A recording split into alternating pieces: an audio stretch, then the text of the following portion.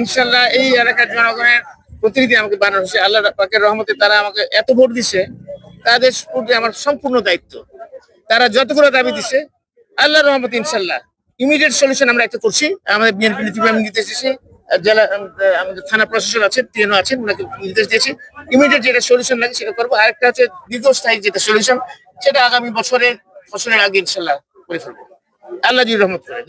হাওরের ভুনা মাছ বা সব ধরনের মাছ বীজ দিয়ে আমার একটা প্রবণতা আছে শুনছেন, আসলে দায়ীদের বিরুদ্ধে কোন রকম ব্যবস্থা করতে আমরা শুনিনি, কি বলবেন?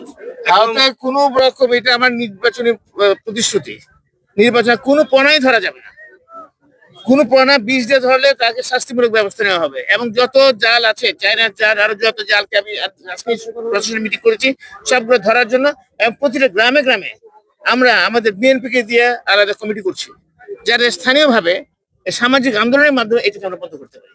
কোনো পণা ধরাতে পারবে না। এবং যাতে জেলেরা খুব ব্যাকলগ্রস্ত না থাকে, আগামী 3 মাসের জন্য তাদের কিছু প্রণোদনা, মাননীয় মন্ত্রী আমাদের খাদ্য এবং দুর্যোগ মন্ত্রীর সাথে কথা বলেছি, কিছু প্রণোদনা ইনশাল্লাহ তারা আমি নিয়ে দেবো, যাতে জেলেরাও অসুস্থতে না থাকতে পারে।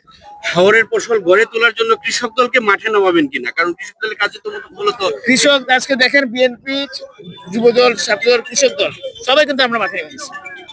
আমরা নেমেছি কিসের জন্য? কৃষকদের জন্য। এবং কৃষকদের আপনাদের দেখেন আমাদের অনেকগুলো মেশিন আমরা আনার ব্যবস্থা করছি, ডিজেলের ব্যবস্থা করছি, এবং তাদেরকে উদ্যোগী করার জন্য আমরা চেষ্টা করি। এখানে আমাদের স্থানীয় বিএনপি এবং অঙ্গ সংগঠন সবাই মিলিতভাবে আমরা করছি, এবং এটাই আমাদের দায়িত্ব। ধন্যবাদ। Thank you.